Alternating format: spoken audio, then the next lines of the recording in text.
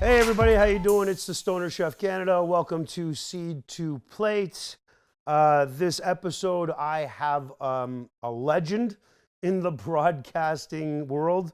I've listened to him. I'm sure you have too, Mr.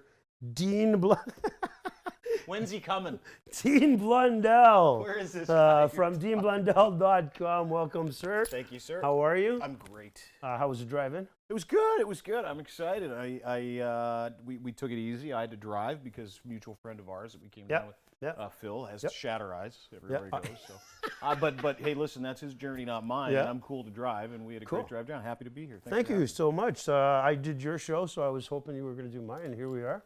Dude, so happy. And the episode that you did of the podcast at deanblundell.com podcast was one of our biggest, if not our biggest. Cool. So it was huge. Thanks, man. Thanks. Yeah. Like I said, I try to be honest and all that stuff, right? So we're gonna try to be honest here today. Sure.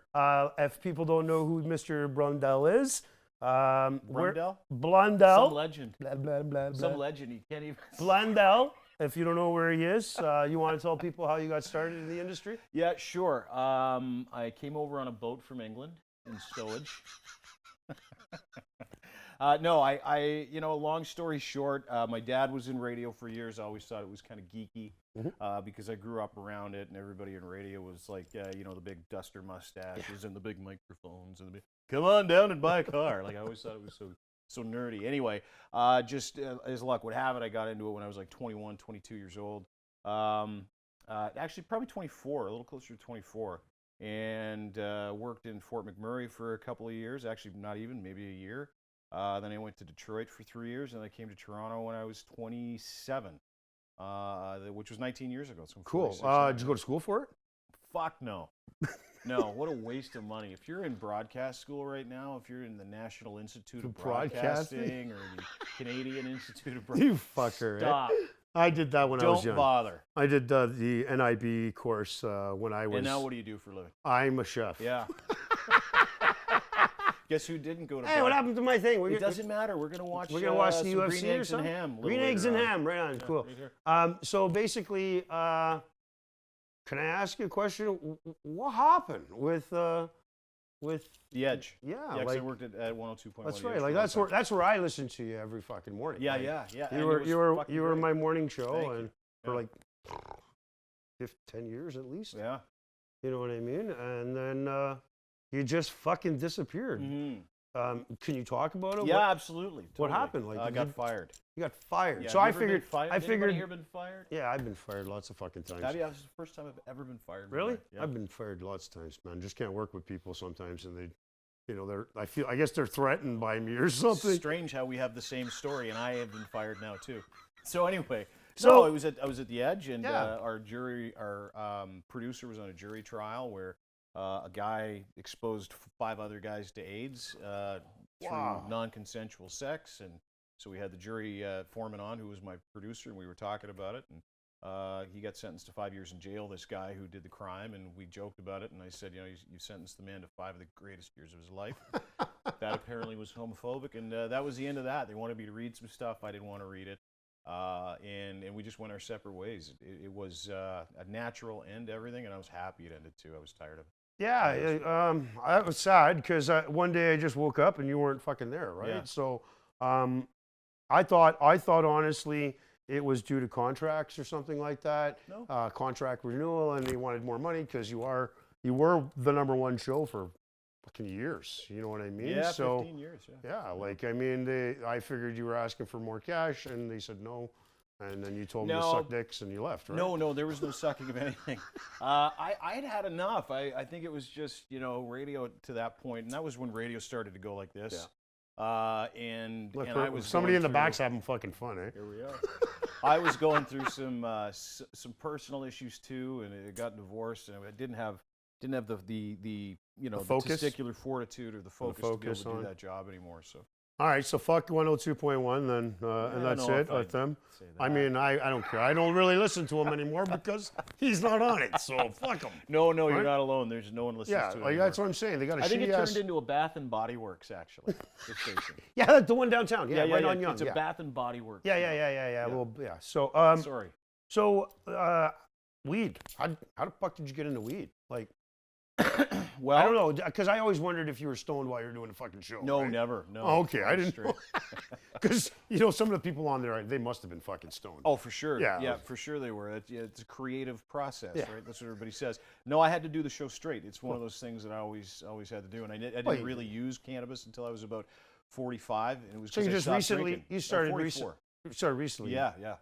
Yeah, So I what- used cannabis, but it was like when you go to parties and you Yeah, get yeah, drunk. smoke and a you go, joint, "Yeah, yeah. that's all I got to say, smoke a joint." And so I'd used it, but I didn't use it properly. I didn't realize that some kind of scheduled use or therapy with cannabis That's right, could yeah. be really, really good for you. And at the time when I left the Edge, I was like 7 ways to Sunday to the left. I was mad. I was pissed off. So I developed PTSD, which I didn't know I had for a while. And then I started to drink too much. And then when I kind of got off the treadmill, and I thought, I wanted to be healthy. I wanted to have an opportunity in life. I didn't want to throw it all away. I wanted to be able to deal with my issues properly. Right. And the anxiety that builds up over time, specifically with alcohol use, is terrible. Yeah. So I replaced it with cannabis, and Perfect. I got some help. And How did that work? Well, at first I did it a little too much. Yeah. Like I said, I had demons. Yeah. So I did drink a lot of alcohol, like hard alcohol. Did you ever hoop it? Fuck no. Okay, it's a question. That's when I think you're an alcoholic, is Yeah. when you hoop it. Oh no, I had the drink every day, right? Yeah, like yeah. you know what I mean? Like regardless. In the morning, did you drink it Fuck in the yeah, morning? I'd wake Did up you with really? espresso and a shot, bro. I'm Portuguese, right? So like I didn't know that yeah. was specifically Portuguese. Yeah, well, Italians do it too, and any drunks do it. You know what I mean? Alcoholics, Yeah, Italians, pretty and much, right? Portuguese. Yeah, you wake up in the morning, you have your espresso, a shot, and a fucking biscotti, right? Oh, I didn't know that. I just usually get up and have a No. coffee, but whatever. So I had my demons, and Were you drinking a lot? yeah, I fucking drank every day. Did you really? Yeah, How much? a bottle, Mm-hmm. Crown or Jack or. Oh, the fighting whiskeys. You Yeah, drank. that's what I'm Good saying. for Yeah, you. yeah. Yeah. Good for you. I That's love tough. tequila too, man. Tequila is my favorite, right? But I think a lot of guys like us found cannabis the same way, where we said, it's not replacement therapy. And I used it as replacement therapy to begin with. But then I had realized over time that, it's cannabis isn't one of those things that you use where you overuse it. Yeah. And it gets worse and worse. It loses No. its effect. And so what happens is you slowly realize over time when you're using cannabis and you've got some therapy and you're putting good Yep. things in your life, Yep. that you have the ability to be able to manage life a little bit better by sleeping better, Yeah, by of increasing course. your Yep, appetite, yep. by dealing with your anxiety, by knowing what it is you're smoking or what it is you're Yeah, ingesting. yeah, So of course. Especially ingesting. That's what we're gonna do today. I'm excited. Yeah. We're gonna go cook some cookies. Yeah, no Is it kidding. cooked cookies or baked cookies? Bake cookies. We're Why gonna aren't they bake. called bakies then? Bake. That's a good Is question. there a reason that these That's a aren't good- called bakies? That's a good question. Why aren't they called bakies instead Yeah, of because cookies? we're baking cookies, but you don't Right. cook cookies, you bake cookies. Yeah, absolutely. I You know don't know, where the that's- cookie comes from? if anybody wants to write in on that shit, No, then do you see- know where the cookie comes from? where does it come from? I'm asking you. Fuck me, no, I don't know. I just make them. All right. Well, we're excited to make them. So we're gonna make like once again. You never cook with Never in my cannabis? life. I've never cooked with With cannabis. cannabis. I've tried with other people's Okay. stuff, and it always went poorly. So the answer's no. So today on the show, I'm going to show you how to make a shatter butter, Yeah. and then we're going to make just a quick, easy oatmeal chocolate chip cookie. Awesome. Quick, easy recipe. It'll Couple you'll- of different ingredients. yeah, Nothing major. like I think there's 7 ingredients altogether, or something like that, or Mhm. 8 ingredients. You're gonna altogether. walk me through how to Yeah, get we're gonna the walk you shatter, through and all everything: that the stuff. shatter, the measuring, the microdosing, why Mhm. I measure it, how much goes into what of the butter. This way, when you're making your cookies, out of the 24, we're using, I believe, a gram or a half a gram or something Well, like these that. are good time cookies. Yeah, they're good time cookies. They're about 25 to 40 milligrams. It depends on if we're going to use the full gram Yeah. or if we're only going to use half, right? So, yeah, I'll show you how to do that, and then we'll make the cookies together, bake them off, and then you can take them home if you want and try them. I use them at night. Just have take them with. them home. No, I'll use them at night for Do tea. I have to?